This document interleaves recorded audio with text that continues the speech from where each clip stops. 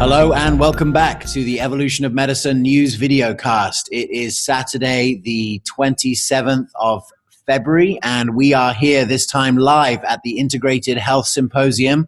I am here back with my partner, Gabe Hoffman. Welcome, Gabe. Hey, James. Good to be here with you. And we are welcoming back as a regular guest, John Weeks, and the three of us are sitting in a room. What you probably don't know is that every other week it's actually done online and we're never in the same room at the same time. But this time it's good to be sitting next to both of you. Pleasure to be here with both of you again. So thanks so much to Embody 360 for sponsoring this newscast. Embody 360 is actually debuting at the Integrated Health Symposium. Go to goevomed.com/embody. It is a tool for doctors, health coaches, and other health providers to gain compliance, getting the efficiency of digital technology, active tracking, passive tracking. Very excited to be launching it at this conference, and very excited to be doing the news with you again, John. So each time that John is on, he's picking some of the most interesting news stories that he's seeing. So let's start with your first article here, John. What have you got for us? So I follow this guy, Don Berwick, pretty closely. He's will become, I guess, known to people in the U.S., in particular as a guy who was head of the Center for Medicare and Medicaid Services. I think he's really the leading edge of the efforts to reform the regular medicine in a direction towards health creation. He actually announced moving in that direction December of 2013. He followed that up this last year with these 9 rules, and at his talk in December. And they actually followed, these steps followed 9 rules that came out earlier this year that he called for rules for radical transformation. And what's interesting as you look at these is there's a great deal of resonance, if you look into them, with some of the kinds of things that are really large in the thinking of many of us who have been outside of regular medicine that they're kind of belling up to. And, transparency is huge. This idea of listening, really listening, is critical. This idea of the rejection of greed, I will get into it a little bit more actually in the next segment, but the whole move to value-based medicine, where this guy Berwick has been the leader, just Google him up to see who he is an effort to get away from a medical system that's all about producing more services and into one that's actually looking at the outcomes and the values that's created. So great guy to follow, and a good idea of where that in the best possible worlds that system is moving. So this is actually a good one to watch on video. If you're watching this on the video newscast, some people listen on audio, but we have 1, stop excessive measurement; 2, abandon complex incentives; 3, decrease focus on finance; 4, avoid professional prerogative at the expense of the whole. I love that one. 5, recommit to improving science; 6, embrace transparency; 7, protect civility; 8, listen, really listen; and 9, reject greed. I mean, those are sort of 9 principles of reformation of healthcare. And this is someone from a hospitalist. Very excited to see that.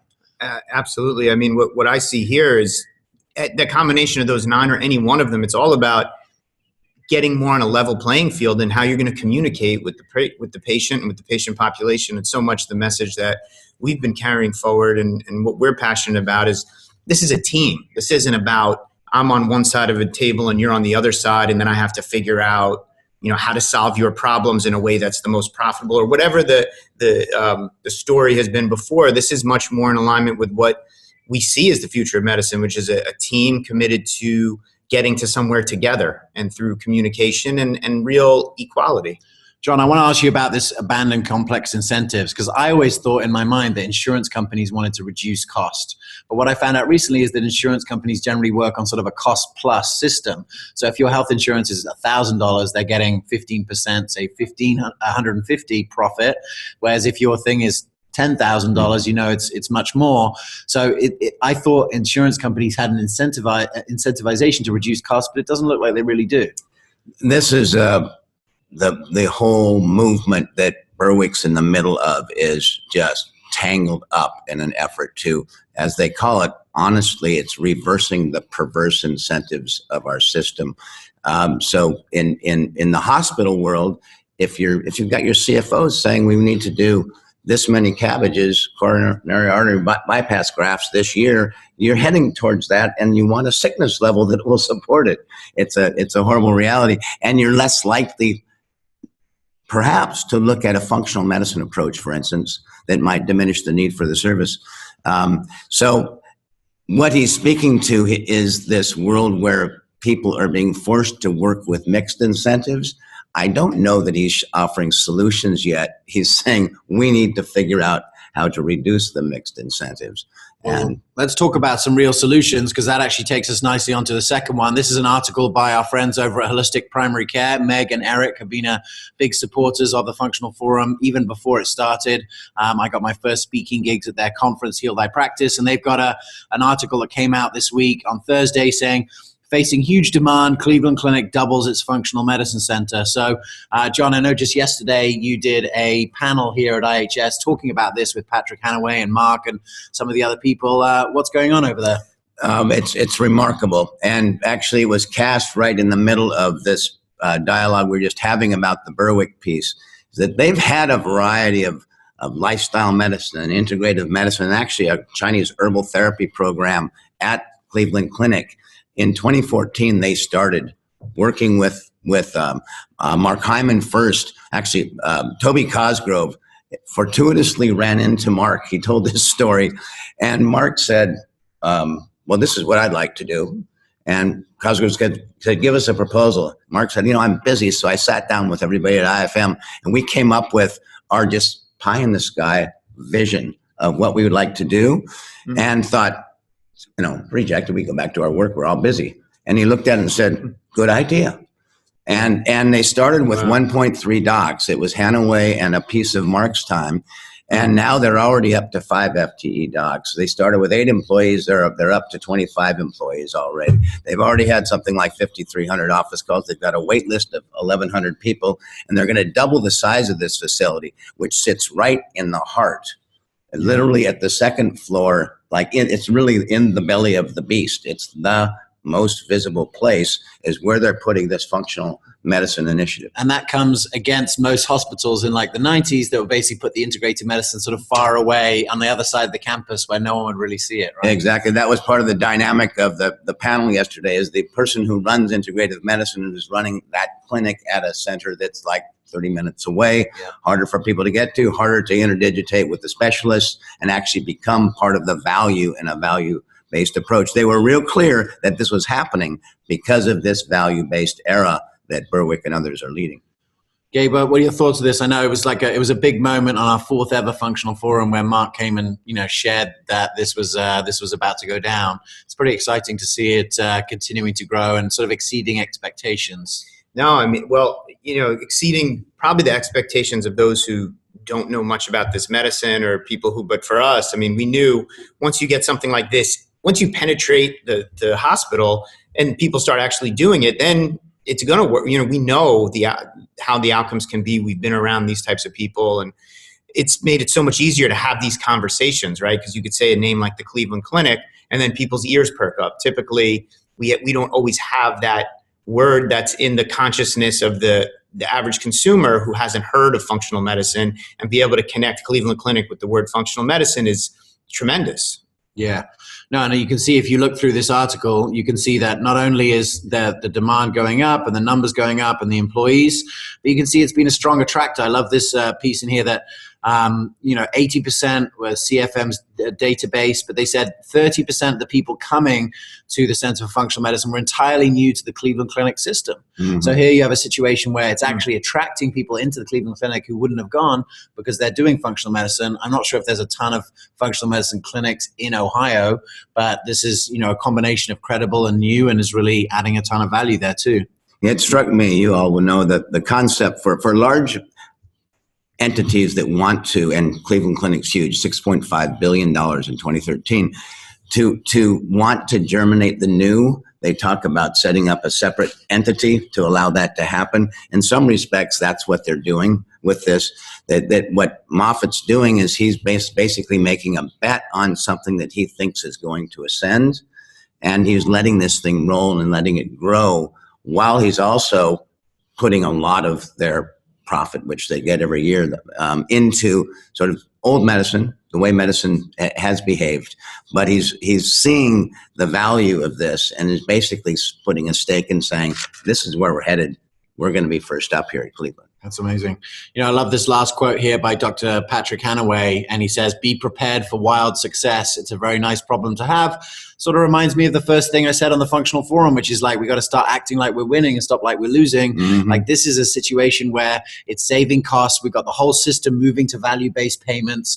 And here's a situation where in 2 years, at exactly the same time as the whole system has moved to value-based payments, is exactly the same time when the Cleveland Clinic will say, hey, look, we've been studying this for 2 years. We're one of the most credible organizations on the planet, and we've shown that functional medicine is much more cost-effective for asthma, for Crohn's disease, for all these type of things, and it's going to be this amazing convergence. They have a lot of outcomes planning ahead of them. Dr. Hanaway showed some of the outcomes, the early stuff. And it's interesting. It's not a slam dunk. We're way less expensive, but they're finding that over a period of time, the expenses sort of neutralize, and they're feeling that when we look at all of the outcomes, the way that functional medicine, integrative medicine will end up having these positive side effects. Yep. That when those things come in and the diminished use of services around those come in, that is going to pan out very well. So it's very exciting. They're very directly saying, we're going to measure our black box. Yep.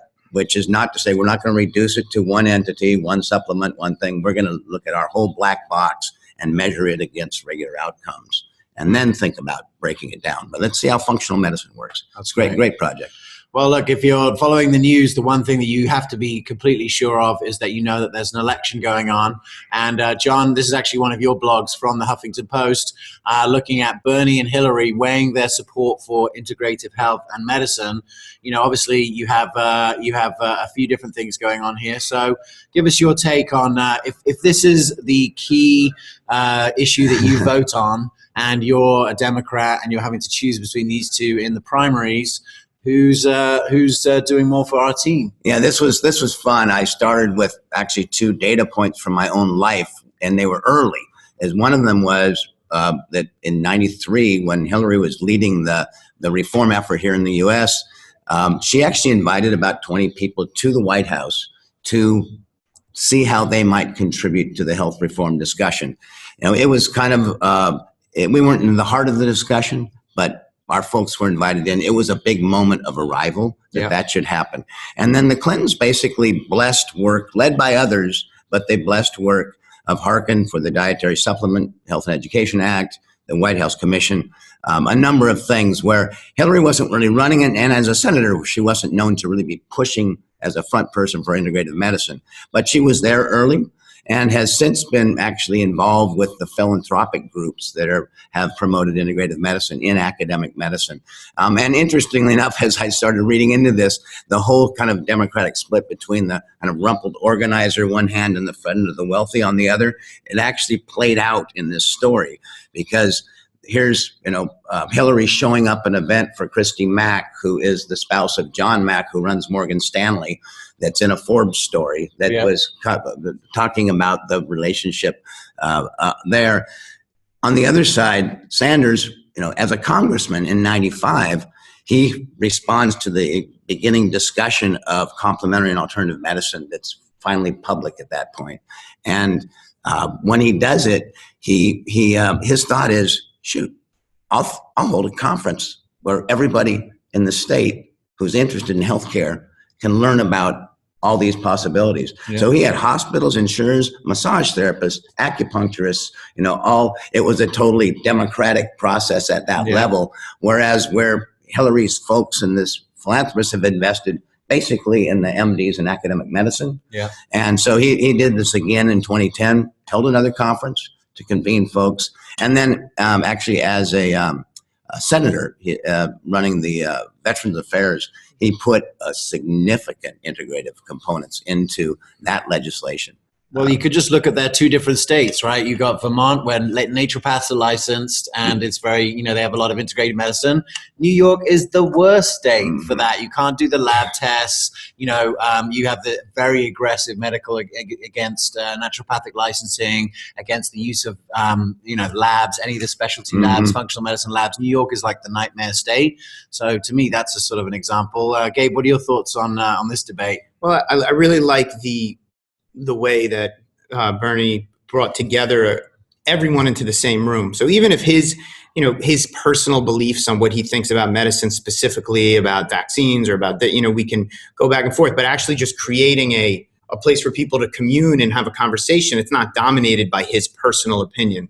And that is something that really resonates with me. And I could see where that seems like the best way to do it, because you're just letting these conversations flow freely. It's similar to how we're really focused on building community and bringing as many people into that community as possible. And it resonates with what I see and what we see as the development of all things in the future is through community. Yeah.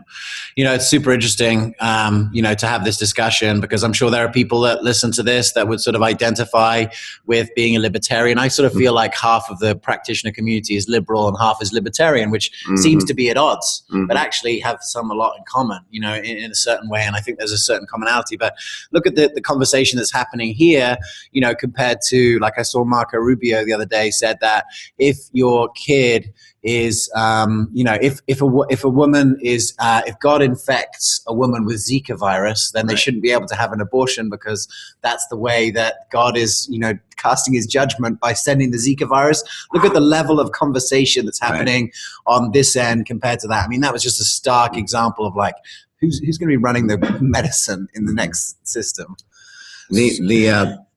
What needs to be actually, I think, given up to the R side of this, which has been very important, is it was the Republicans in the U.S. who pushed for medical savings account, health savings accounts, which has been a mechanism for a lot of payment. It's been useful to a lot of consumers, and that's come out of the R side. I was just sitting, as you know, James, when we saw each other a little earlier, with Tabitha Parker, who's kind of a rock star in this field. We were talking about this story, and we have actually differences, she and I, of who we're supporting. But she said, wouldn't it be wonderful if actually you can unite this connection to sort of philanthropy and large dollars and organizing at the grassroots, and actually bring both of those energies into the same funnel to move things? That's really what we need. And I think that that's true. You can't just do it through grassroots.